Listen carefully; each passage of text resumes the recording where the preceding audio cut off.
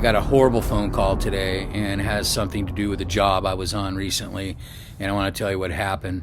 And I was in Iowa recently on a job. A friend of mine invited me out on his farm in Iowa, and I'd never been there, so thought I'd go out there and check it out. And what happened was I went out. It was about 2 weeks into the job, and one of the guys, there was only three of us, one other guy, I'm going to call him Gary in this, and I'll tell you what happened to him today or last night after I tell you what little background. So we're together, three of us on this job, just us, out in the middle of nowhere. And but he lives out there, and we live in a farmhouse my friend grew up in, so half-hour drive from this job we're on.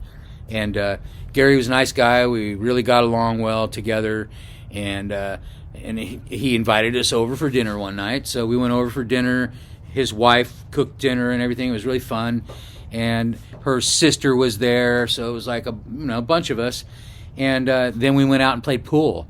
And we went to play pool, and they proceeded to, we all drank, and then we got back over, it's farmland. We get over to Gary's house, or Gary and let's just say Cindy. I'm making these names up. And we get over there, and it starts getting a little out of control. And Gary, now we don't know him very well. I don't. And I just came out there from California. And he is yelling and screaming at his wife, and she's pregnant. And so, and the sister's going, oh boy, here goes Gary. He's drank too much. And I'm like, oh no, here we are, right? Here we go again, around a bunch of drunk people. And so I go, okay, Scott, what do we do? He's threatening. He says, yeah, we better leave, right? And I go, oh, great. Now we're, okay. Yeah, because what are we going to do? We start to leave, and it ramps up in the driveway. And they're arguing, and he actually kicks his wife, right? So he kicks his wife kind of in the, she's pregnant. And so my friend, now I'm not a big guy, and Gary's not small. So, there was really nothing I was going to be able to do. At that point, I could try, and I would. But, at this point, I have Scott there. So Scott actually just says Gary and just grabs Gary and throws him on the ground. And then and then I'm like adrenaline, so I'm helping. And I just jump on Scott and try to pile on him. We're holding the guy down and everything. And it just got really out. And we're out in the middle of, the country, and this guy, we work with him. And he's flipping out. And so anyway, he's like calming down. Finally, he's calming down. All right, guys, all right, And we're like, holy mackerel, man.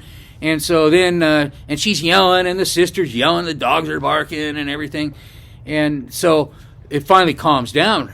But hold on, man. This is getting wacky.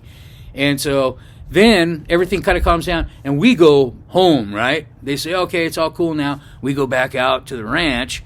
And then, go the next day we got to go to work, right? We got to go work with Gary. And we're kind of like, oh, man, this is going to be weird and hungover. Everybody's like, oh, what happened last night? So we go to work, and Gary's there, hey, guys, sorry about last night, and we're like, whoa, yeah, well, sorry too, man. That was ugly. And then we went on, and he was kind of weird that day. He knew we were pissed and not happy with him, excuse me. And so, we're moving these big, huge units of plywood, which is stacks of plywood, and so we're moving, he's moving it on a forklift.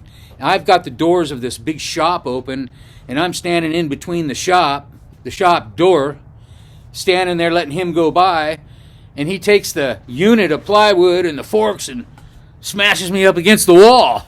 And I'm like, oh my God. Not hard, though. Just kind of playing around, right?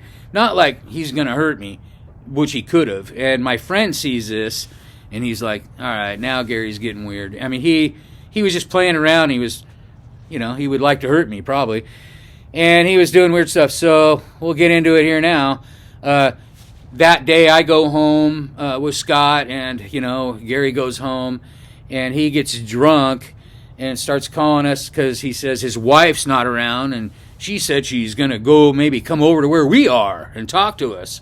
And we're like, oh, no, she's not coming out here. We lock the gate. It's a big, long driveway. We lock the gate and, make sure we batten down the hatches. There's dogs. It's a farm. And there's nobody showing up, And she's not coming over to our place, She just probably was looking for somewhere to go because he was drunk.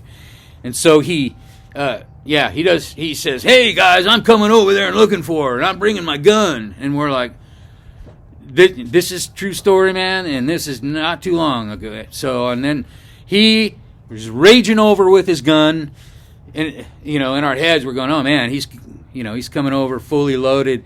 So my friend has rifles and stuff, and we just kind of sit out on the porch, and we're like waiting for him to come, and he just passes by, and then he's playing that game for a little while. And so my friend actually shot a round off just for up in the sky.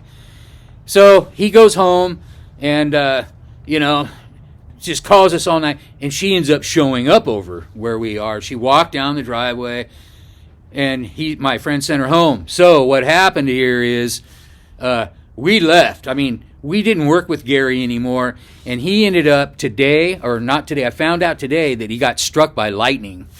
And this just didn't happen, this incident with us yesterday. This is just not very long ago. And anyway, it was pretty wild. I heard he got struck by lightning. I've never known anyone who got struck by lightning, but wacky and weird. And another true tectonic wacky story, man. Thanks for watching. Didn't really want to tell that one. It wasn't like a happy story, but definitely a karma story, right? All right. Thanks for watching. Please like and subscribe. Thank you.